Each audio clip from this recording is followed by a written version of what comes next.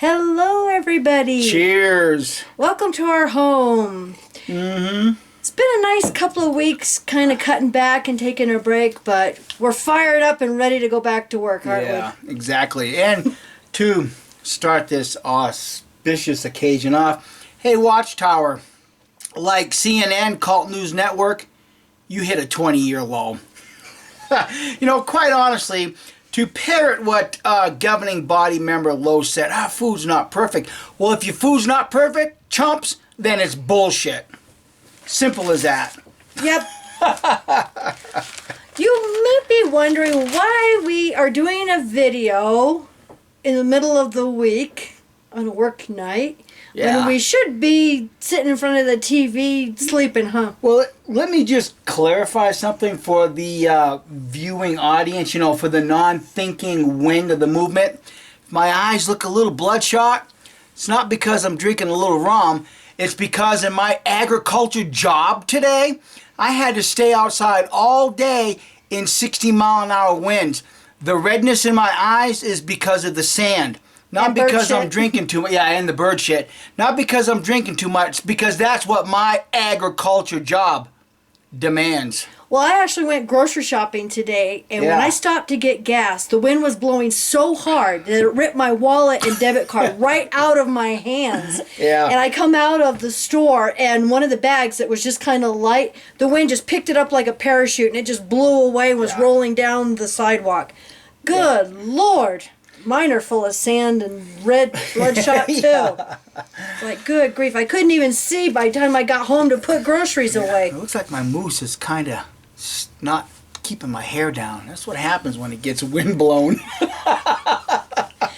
So you must be wondering what is so important that we would get up out of our recliners to do a video. What is so important that we would miss Donald Trump's address to the nation tonight? I think that's going to be interesting. I'm curious to see what he's going to be saying. So, we have some elders' letters. And what's interesting is this particular one we got 2 days ago. Actually, no, we got it on Saturday. Today's Tuesday, the February 28th. And we got this on Saturday, and it's dated February 28th, which is today. To all bodies of elders, visiting disfellowshipped or disassociated individuals. Now, I just want to mention that we've been talking about this in several videos in the past, how elders aren't going and talking to people anymore. Unknown apostate, you know, you're waiting for elders to show up to talk to you. Well, this is why, because now it's official why they won't come talk to you. Yeah, because it's a policy change is what it actually is. Yeah. Dear brothers, in recent years, many disfellowshipped or disassociated individuals have returned to Jehovah after having seen Jehovah's Witnesses carrying out their ministry in public places. I'm thinking it's because they want their family back. Yeah, exactly. It isn't because of a stupid little brochure. Remember, you've hit a 20-year low, Watchtower. Others have approached the elders after reading a copy of the Return to Jehovah brochure or watching JW broadcasting. With such factors in mind, the governing body has determined that there is no longer a need for a formal arrangement to visit disfellowshipped or disassociated individuals each year. Waste of time. Well, the thing is, you know, when I was a ministerial servant, we used to get together on one Sunday a month because our meetings were in the afternoon, and we would go occasionally make these calls on disfellowshipped ones. But it was haphazard at best. Very haphazard. Yeah, but Mike's going to read a scripture in a few minutes here to talk about how there's no hope for your family members who have left. Yeah. And this is the way Watchtower feels about it. So on with the elders' letter. Rather, elders should use good judgment in determining when and how to make brief contact with disfellowshipped or disassociated individuals. Now, notice the qualifier is brief. There's a reason why these visits are brief. Insert comment here, personal opinion. I'm thinking that some of these elders that go for these shepherding calls are getting an earful and waking up. They're waking up. There's many contributing factors to this, folks. One of them is that the elders are probably waking up. Well, they're going to clarify it here, Okay. qualify it. Okay, going on with the letter. For example, if a disfellowshipped individual gives some evidence of changing his ways, an elder could remind the individual of how he can return to Jehovah. Such brief contact could be made while an elder engages in the house-to-house ministry. Or you can count time. Oh, the whole car group can count time. So make sure when you do this, Mr. Elder, you've got a car group with you so you can all count time. While shopping, an elder may see a disfellowshipped person who has not been contacted in years and choose to approach him.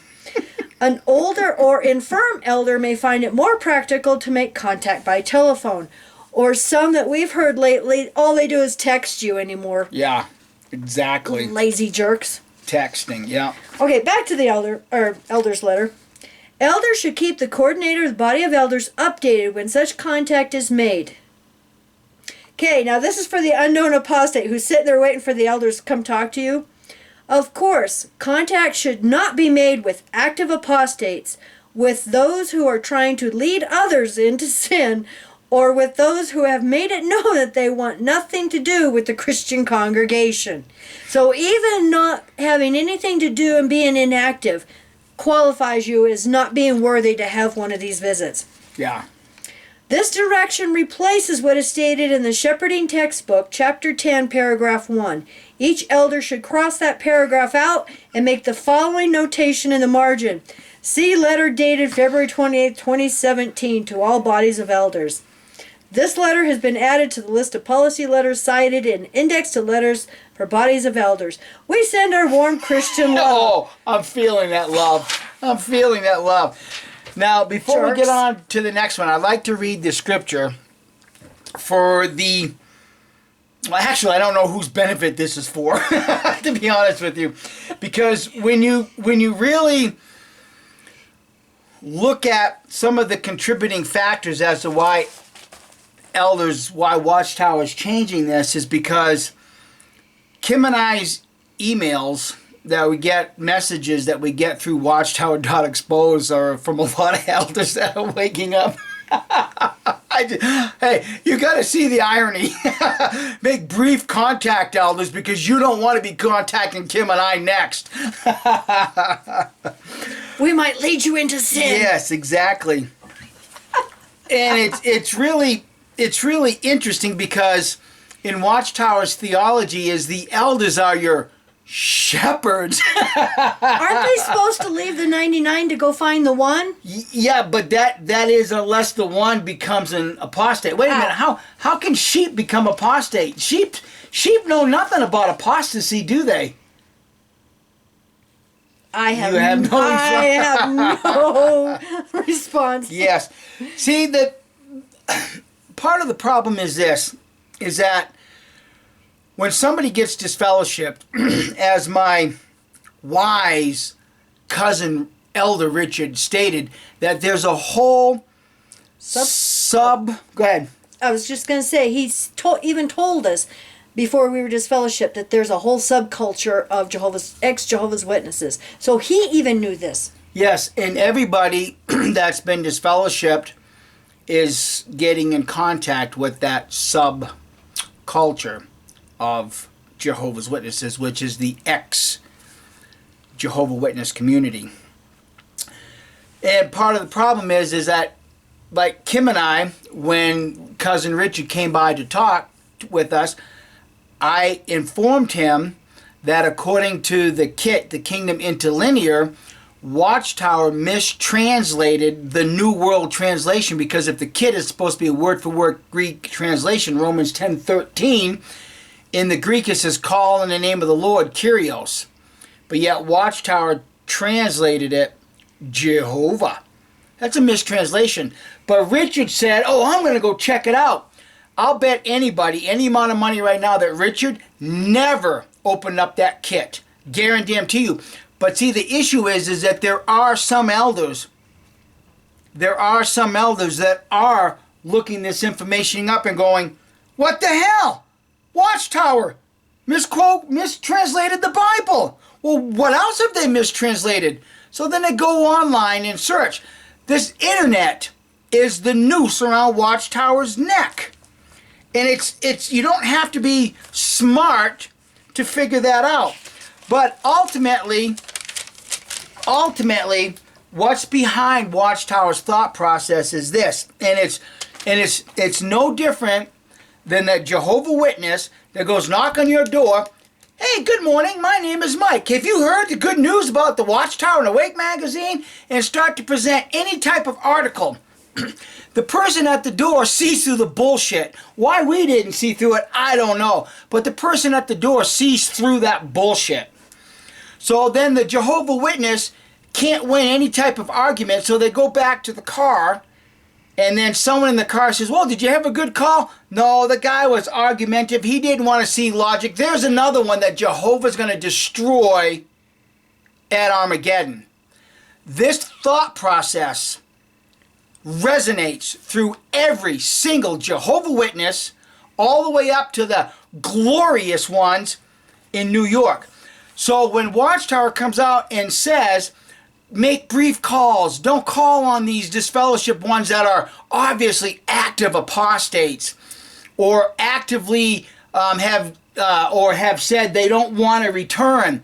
Inactive. This is Jehovah's Witnesses' mindset is in particular the governing body. 2 Peter 2, and we'll start with verse 1. However, there also came to be false prophets among the people. Oh, wait a minute. Wait, well, I'm doing this all wrong. I'm doing this all wrong. What am I thinking? Maybe it's the sand in my eyes. Hold on. Let me get a shot of courage here. Okay, 2 Peter. Now, how Peter knew a couple of thousand years ago how to write this scripture is beyond my comprehension. But hey, it's in my Bible. And it says, however, there also came to be false prophets among the Jehovah's Witnesses, and there will also be false teachers among the Jehovah's Witnesses. These very ones will quietly bring in the glorious ones in New York, and every Jehovah's Witness will disown family members to follow the governing body, no matter what they say. And they also say that speedy destruction will come upon those who don't listen to them. Now I'm going to drop down to verse 10 halfway through. Daring, self-willed. They do not tremble at glorious ones, but speak abusively. Well, yeah, Watchtower, I'm doing that right now because I see your bullshit. Okay? So I am speaking abusively. But the thing is you may not be speaking like Kim and I, or mainly me right now, but if you have a family member who's disfellowshipped and has researched just a little bit about Watchtower's flip-flopping doctrines, their history, their being attached to the United Nations, and they begin to speak this to you. They begin to try to help you wake up.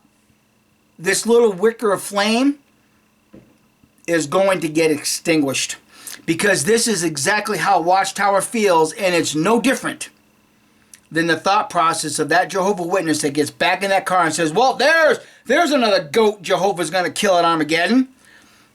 Verse 11, whereas angels, although they are greater in strength and power, do not bring against them an accusation in abusive terms, not doing so out of respect for Jehovah. But these men, the apostates, the disfellowshipped ones now, like unreasoning animals born naturally to be caught and destroyed. I'm going to end it right there, because that is how they feel. Exactly the mindset of Jehovah's Witnesses, and unfortunately, the mindset of some of those that have escaped the cult. My perspective of things is right. Yours is wrong, you idiot. I know how this works, Watchtower. I know how deep and how sinister this indoctrination is. Make no mistake about it, Watchtower. If there's at least one XJW out here that knows how you operate, you're looking at two of them right here. Because I know what's in your heart. If nobody listens to you in your rhetoric, they're destined for destruction, just like that wild animal. And so for all of you Jehovah's Witnesses that have disfellowship ones out there, and you have that little flicker of hope that, you know, the elders might be able to make them return to Jehovah, that flame just went out because your organization and your leaders have now making everybody viewed just like you view the people at the door that don't accept your message worthy of destruction. Whew. So your little campaign with your brochure, Return to Jehovah, is an epic failure because now you're telling the elders, don't even call on these ones no more. Don't even bother. And Don't even bother. And we've actually been hearing about this for months, but now we see the official policy. Exactly. Do you feel better now? Oh, I feel a whole lot better. Now you can just get all the dirt and bird crap out of your eyes. Huh? Yeah. Okay. We've got another elder's letter. This one, I believe, is 5 pages long. To all bodies of elders, witnessing in public places. Now, instead of reading this word for word, I'm just going to highlight some of the more ridiculous things. Okay, this letter replaces the letter dated July 15, 2014, to all bodies of elders regarding witnessing in public places. In other words, with your literature carts. Yeah, there was a few interesting things that I just highlighted that I'm just going to bring out a few of these. This one, selecting a suitable location. This was interesting. Wait, Bridget, I think you're the cause for this change. See, you don't want to set up your little cart in public places like a library, especially in Arizona, because Bridget AZ, she's going to track your ass down and she's going to make you eat humble pie. After consulting with the other elders, the Congregation Service Committee will make the final decision as to specific locations for public witnessing. But I want to set my my literature cart up at the wharf, so while my back is turned, I can be fishing at the same time. You know, instead of fishing for men, I want to be fishing for my next meal. Only if the Congregation Service Committee decides that. Damn the luck. So if you're on their bad side, does that mean you get put next to the construction site's Johns? That could be. Yeah, that could be. You know, if you're that poor, unfortunate JW that has to put your literature stand by some construction site, John, I have some advice. Take that literature and put it in the John itself, because that's all about that's worth. Yeah. If the elders become aware of an opportunity to set up a literature display at a large event, such as a national or international book fair, please contact the branch office for further direction. So for every apostate out there that likes going up to these literature carts and trying to engage these Jehovah's Witnesses in a conversation, you know, with your little pocket camera, now you know where to go start looking at these book fairs, because this is where they're going to be. Now, I thought this was interesting because it starts talking about permission and insurance coverage. What, insurance to peddle Watchtower literature? You betcha. Wow. In some public locations, permission may be needed from a manager or secular authority before setting up a literature display. The service overseer or someone else designated by the body of elders should determine what may be legally required. If anything, in the way of permissions, permits, and insurance coverage, any application to use a mobile cart or to set up a table or kiosk to display literature must be filled out in the name of an individual publisher, not in the name of the congregation, any corporation used by the organization, or Jehovah's Witnesses. But I thought Jehovah's Witnesses are proud to carry that name. I thought Watchtower wants its members to carry Jehovah's name. Oh, it gets better. Does? Okay. Publishers should carefully review any such applications to see what responsibility they are taking upon themselves. with respect to liability and possible proof of insurance coverage. So they have to get their own insurance. Yep. Publishers who apply to distribute literature at these areas are doing so on their own initiative as part of their personal ministry. So if you get in the middle of a protest or a riot, you're on your own. But it's interesting how they're saying this is Jehovah's Witnesses, this is your personal ministry. This is your ministry. You're not ministering for the Watchtower Bible Tract Society. Stop and think about what I'm saying right now. Because Watchtower has you sit in your little meetings on Thursday night, Tuesday night, Wednesday night, whatever night of the week that you've been designated to go, and you get that little KM, and that KM dictates to you how Watchtower wants you to present their information. So how is this in any way, shape, or form your personal ministry when they're putting the words in your mouth on a monthly basis? It doesn't make it personal. It's a workbook now. It's not a KM. Whatever. I mean, these guys just change the rules so quick. You can't even keep up. I can't keep up with this bullshit.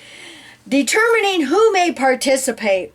The Congregation Service Committee will select qualified publishers to participate in this feature of the ministry. Now, what they're really saying is that they want qualified publishers that are fully indoctrinated, 100%, who are smart enough to recognize that the ministry they're doing is the Watchtower Bible Tract Society ministry, not your own personal ministry.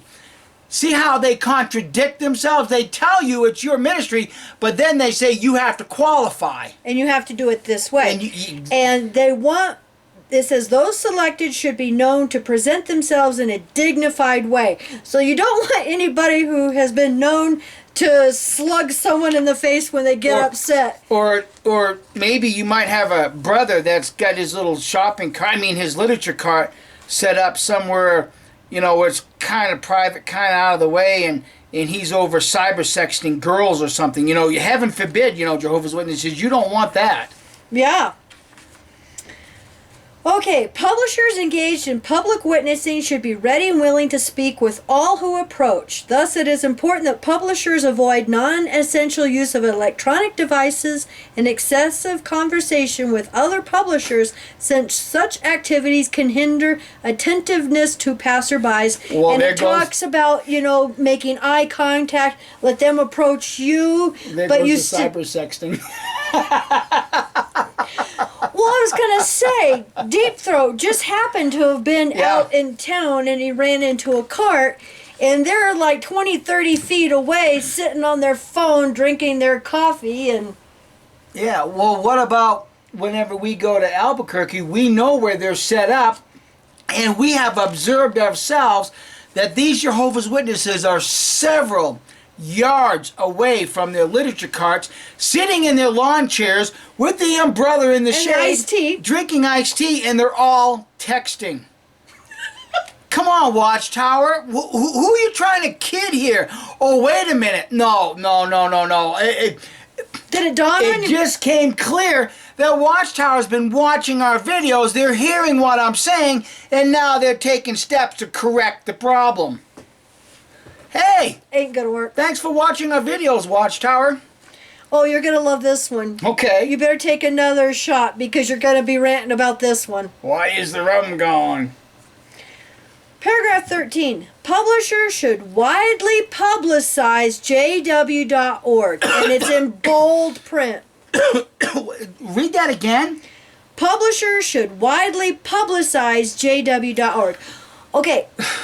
Aren't Jehovah's Witnesses supposed to be publicizing the kingdom and Jesus?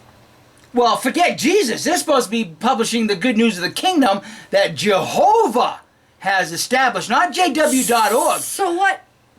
But here's the second contradiction. This is your personal ministry. Remember we read that?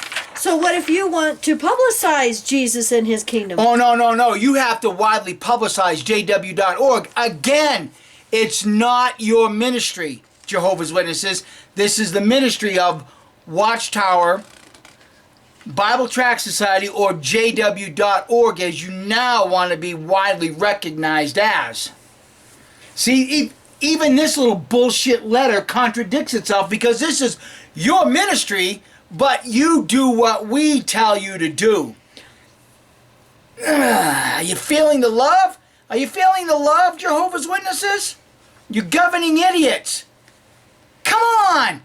This is like dissecting Plato in a classroom or something. This is so transparent. It's unbelievable that these guys are stupid enough to keep this crap coming, thinking that, well, the apostates are never going to get this. Mike and Kim are never going to get this. Mike and Kim are so dumb that they're not going to see that we're telling the Jehovah's Witnesses to make this their personal ministry, but then we're going to put them under our thumbs and we're going to tell them how to make it their personal ministry. Can I quote Princess Leia in Star Wars? Please do.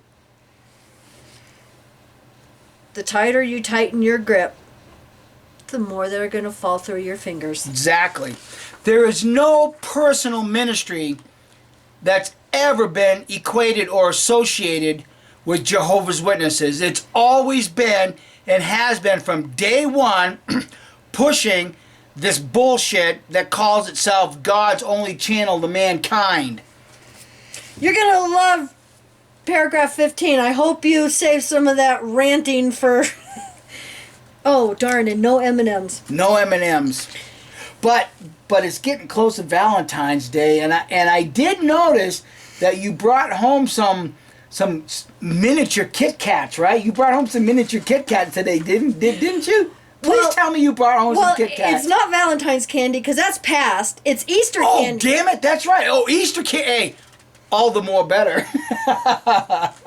Yep. Some Kit Kats with Easter bunnies on them. Okay, now they're going to get into donations. Oh, no. Some individuals may inquire how our work is funded. If so, the publisher may explain that donations can be sent to the address listed in our literature. In the interest of personal safety and in view of the voluntary nature of our ministry, publishers in this setting should not personally accept any donations and contribution boxes should not be set up. Okay, what that really translates as, Jehovah's Witnesses, is that you're no longer trusted members with the money. The money that you are getting out in your, from your little shopping cart, some of you are probably going off and buying that iced tea and coffee and everything else.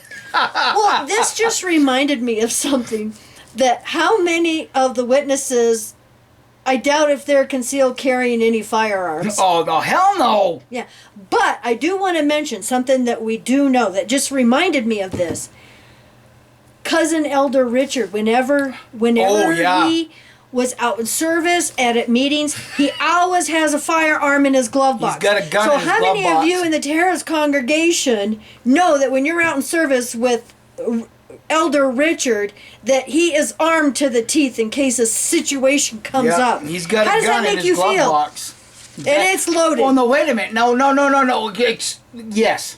I don't mean to correct you, but he also has something else in that glove box. A finely crafted, hand-forged knife made by me. That's also in his glove box. That he used to stab you in the back. That's the same knife he stabbed me in the back. Exactly. It's the last damn time I give an elder a knife. None of them deserve it. Handling unique situations. Number 1, disruptive individuals. Remain calm and friendly. Do not debate with the person. Well, that's because Watchtower knows that it's apostate. If near a literature display, step away so others will not be discouraged from approaching. No. They're usually recording it too. Yeah, if you're an apostate or somebody like Bridget AZ or any other person of faith that is trying to help wake up Jehovah's Witnesses, you keep them next to that literature cart. Please keep them next to that cart, because that's what's going to stick in the mind of passerbyers when they hear how ridiculous the Watchtower Bible Tract Society is. Yeah. And speaking of Bridget AZ, I don't know if you got my message or not, but if you need any hard copies of literature, contact me, watchtower.expose, click on contact, and I've got some extra copies, and I'll be more than happy to send them to you. Okay, going back to the letter, got a little sidetracked here. If the person persists in causing a disturbance or becomes irate and threatening, it may be best to leave the area. Run away! Run away! You know, it doesn't matter at this point whether the Bible tells Jehovah's Witnesses to be ready to make a defense for the reason of the hope that is in you. Because see, Watchtower knows. Don't kid yourself for 1 minute, Jehovah's Witnesses. Watchtower is watching these videos. Not only from Kim and I, but from everybody that's doing videos. That's why you've got letters like this coming out. Because they're trying to stay ahead of the curve. They're not going to be able to do that because Watchtower has already lost this war.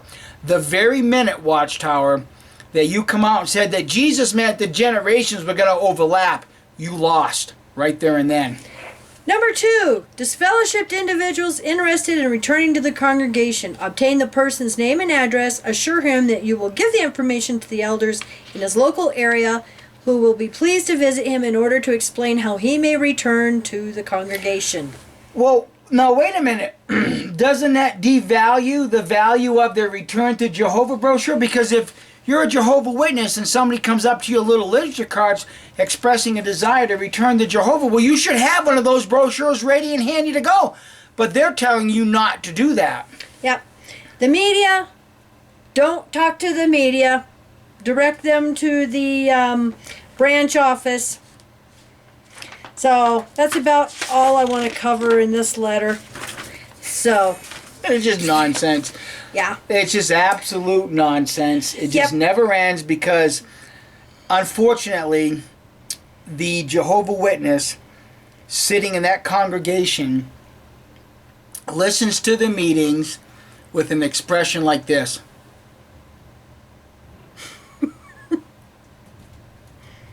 And then on the way home, honey, wasn't that a good meeting? Oh man, that meeting was so encouraging. Oh, I got so much out of that meeting. But yet, the whole meeting there. Or on their phone. Or filing their nails, or well, in our congregation, one sister was actually balancing her checkbook during a public talk. She's balancing her checkbook. That's what she do with her checkbook. Yeah. So this is just it's just bullshit. It's nonsense, Watchtower. It's absolute nonsense when this internet, like Cult News Network, CNN, you're both being exposed for telling half-truths and lies. So just keep it up. Keep the bullshit coming, and more people are going to continue to walk away because people like Kim and I and other people that are working wholeheartedly to help people escape this cult. I just lost my thought. Could you add something here? Yeah, well, I was just thinking similar lines that, Mike and I have worked very hard and keep working very hard to provide a safe support system for those leaving, even on our Facebook. And some got upset at me because I had to unfriend them on Facebook. And I just want to say that it's nothing personal against you, but we try very hard to have friendship and support. And when you start, getting irate at someone and abusive, that totally defeats everything that we are working to do and have been working for the past 4 years to do. But that goes right along with what I said earlier. That's that Watchtower mentality. I'm right, you're wrong, and if you don't believe what I say, unfriend, delete, get the hell off my Facebook. It's that cultivated Watchtower mentality. And for some people, they don't know how to deprogram. They don't know how to get rid of it. Yeah. Now, there were some on our YouTube channel, and they have made some clarification comments and stuff, and they're like, please don't be mad at me. No, we are not going to delete you and be mad at you just for making a clarification or correcting us. We appreciate it very much, because if we're wrong, we want to be corrected, except for the Jehovah Witnesses, who I always say that we're wrong and lying when we're reading right from their own literature. But, you know, you people know how to deal with them. Come on. I mean, you guys know how to deal with that bullshit. Thank you so much for all of your emails and your comments. And, you know, we really appreciate it. And, yes, we have been reading some. And we've got the best friends. Well, I'll tell you what. After we uploaded that one particular video, how to deal with trolls and buzzards, it's like, I've got to honestly say, friends, I didn't even know who 99% of you were. I mean, there were so many new names. It's like, holy crap! Welcome to our new subscribers. So yes, welcome. Goodness, and thank you. I'm glad that Kim and I have been able to provide a platform for you to express your feelings and your thoughts, as long as they're civil and they're not, you know, bashing other people and making absolute idiotic, stupid, unqualifiable statements. Yeah, because we don't delete just comments. We don't delete comments where you're just giving your opinion, or like I said, clarifying a point or correcting us where we may be wrong. You know, we don't delete comments and ban you from your channel. You know, and believe me when I say that Kim and I truly understand where you're coming from. I mean, if you want to leave Watchtower and explore atheism, that's your right. If you want to post an atheistic view on our channel, fine. I don't have a problem with that. But don't bash those who want to come at you from a person's of faith perspective. And I'll qualify this statement. It wasn't too long ago, or maybe longer than I remember, there was somebody that got in front of the camera and said, evolution's a fact, live with it. Well, the thing is that when you make comments like that and somebody who's a person of faith starts leaving comments or posting videos regarding scientists that are now coming out after decades of researching the DNA, the human genome, who are now willing to break through common perceptions, they're getting in front of their cameras, their documentaries are coming out, and they're stating, these are scientists stating this, that the DNA strand is so complex that there's no way that it did not have an intelligent designer. So they're saying there is no way that this is a product of evolution. This has to be creation. Don't ban people like that, or people that are making those comments. Because the scientists in this world are breaking through that barrier, finally, and thank God. But, you know, the way I try to remain neutral, you know, when I'm answering emails and stuff, and I just come to the conclusion and tell everybody, no one can prove 100% how we got on this little rock. Nothing is a fact. Nothing is a fact. Nobody can prove how we came about. Mike and I have our personal beliefs of how we came about, but we're not going to, you know, delete or go after anyone who has a different belief. You're entitled to that. Here again, and I usually say peace on your journey. Yeah, and it's still just a theory. That's why they call it an evolution theory and not an evolution fact. Yeah, and as soon as we have proof, one way or the other, why fight about it? That's right. So just know we love you all, best friends ever, and thank you for all your love and support. So, Watchtower, just so that you don't forget who I am, here's a YouTube poke in the eye. Love you, boys. Bye. Bye.